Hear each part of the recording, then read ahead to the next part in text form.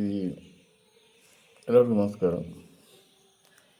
ഇന്നലെ വിജയ് പറഞ്ഞ ഒരു വാർത്ത നമുക്ക് എല്ലാവരും, കേരളത്തിലുള്ള എല്ലാവരും, എല്ലാ സ്നേഹികളും ചർച്ചകൾക്കുള്ള ഒരു കാര്യമാണ്. കാരണം വിജയ് തീർത്ത് പറഞ്ഞു മുല്ലപ്പെരിയാർ ഡാം പണിയുന്നില്ല എന്ന്. ഇപ്പം നമ്മുടെ മണ്ണിലൊരു സംഭവം അതായത് നമ്മുടെ വസ്തുവിനകത്ത് നമ്മളൊരു ഇത് ചെയ്യുന്നതിനകത്ത് നമ്മളാണ് അതിനകത്ത് ചെയ്യേണ്ടത്. അത് അയലക്കത്തെ വീട്ടുകാരല്ല അത് നോക്കേണ്ടതൊന്നും. പക്ഷേ ഇത് ആർജവമോടെ പറയാനുള്ള ഒരാൾ പോലും നമ്മുടെ കേരള സംസ്ഥാനത്തിൽ ഒരു വർഷങ്ങളായിട്ട് ഒരു മുഖ്യമന്ത്രിയോ അല്ലെങ്കിൽ ഒരു ആഭ്യന്തരമന്ത്രിയോ അല്ലെങ്കിൽ ആരും ഉണ്ടായിട്ടില്ല ഇതിനായിട്ട്. കാരണം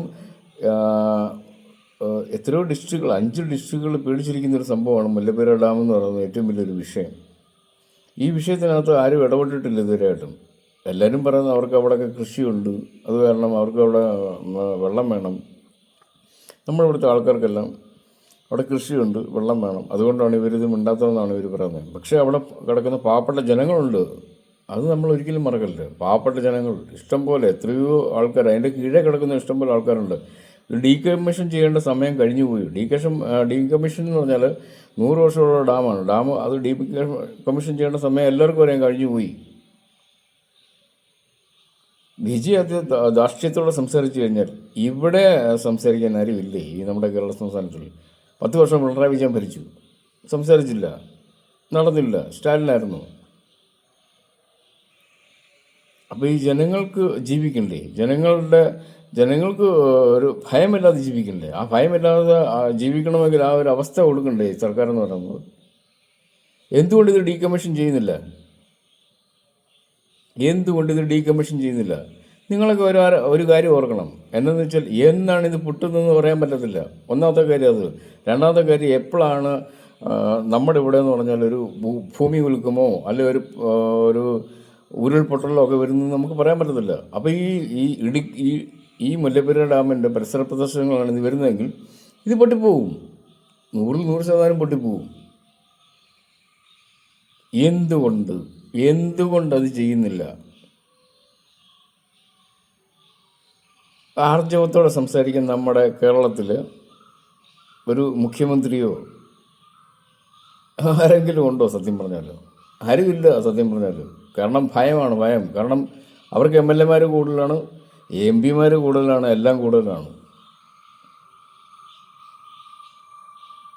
പക്ഷേ ഈ വിഷയത്തിൽ അടിയന്തരമായി നടപടിയെടുക്കണം. കാരണം ഇത്ര ധാർഷ്ട്യത്തോടെ വിജയ് എന്ന് പറയുന്ന പുതിയൊരു മുഖ്യമന്ത്രി വന്നിട്ട് പറയുകയാണ് മുല്ലപ്പെരിയാർ ഡാം ഞങ്ങൾ പണിയത്തില്ലെന്ന് പറഞ്ഞു കഴിഞ്ഞാൽ, പിന്നെ നമ്മുടെ നാട്ടിലുള്ളൊരു ഡാം പണിയുന്നതിന് ഇവൻ്റെ ഒന്നും അനുവാദം ചോദിക്കേണ്ട കാര്യം ഉണ്ട്. ശരി, കരാറാണ്. ആ കരാറൊക്കെ കഴിഞ്ഞിട്ട് വർഷങ്ങളായതാണ്. ഇത് പണിയാൻ എത്രയും പെട്ടെന്ന് ശ്രദ്ധ ചെലുത്തണം നമ്മുടെ സർക്കാർ എത്രയും പെട്ടെന്ന് ഇത് ശ്രദ്ധ ചെലുത്തണം. ഈ ശ്രദ്ധ ചെലുത്തിയാൽ മാത്രമേ ഇത് പരിപാടി നടക്കത്തുള്ളൂ. നടന്നു കഴിഞ്ഞാൽ അവർക്ക് വെള്ളം കൊടുക്കാം. നമുക്ക് വെള്ളം കൊടുക്കാനുള്ള ഇതെല്ലാം നമുക്ക് പറഞ്ഞാൽ മതിയല്ലോ. അതിനൊരു കരാർ എഴുതുക. എത്ര വർഷമാണ്, ഇതിൻ്റെ എന്ന് പറഞ്ഞാൽ എത്ര വർഷമായിട്ട് ഇത് ചെയ്യുകയാണെന്നുള്ള ഒരു കരാർ ചെയ്യണം. അത്രേ ഉള്ളൂ കാര്യം. അല്ലാതെ പക്ഷെങ്കിൽ ഇത് ഡീകമ്മീഷൻ ചെയ്യേണ്ട സമയം കഴിഞ്ഞു പോയി. അതുപോലെ തന്നെ ഇത് ഉടനെ പണി തുടങ്ങുകയും വേണം. മുല്ലപ്പെരിയാർ ഡാം ഉടനെ പണി തുടങ്ങണം. ഇല്ലെങ്കിൽ കാലവർഷം വരുന്ന സമയത്ത് മാത്രമേ ഉള്ളൂ എല്ലാവർക്കും കാലാവസ്ഥ മോശമാണെന്ന് പറഞ്ഞാൽ അവിടെ വെള്ളം പൊങ്ങി ഇവിടെ വെള്ളം പൊങ്ങി എന്ന് പറഞ്ഞുകൊണ്ട് ഭയങ്കര പ്രശ്നം വരും. ആ സമയത്ത് മാത്രമേ ഇവരെല്ലാം പറയത്തുള്ളൂ കാലാവസ്ഥയെ പറ്റി. ഇതെല്ലാം കഴിഞ്ഞ് നല്ല വെയിലാകുമ്പോൾ ആർക്കും ഒരു മിണ്ടാട്ടമില്ല.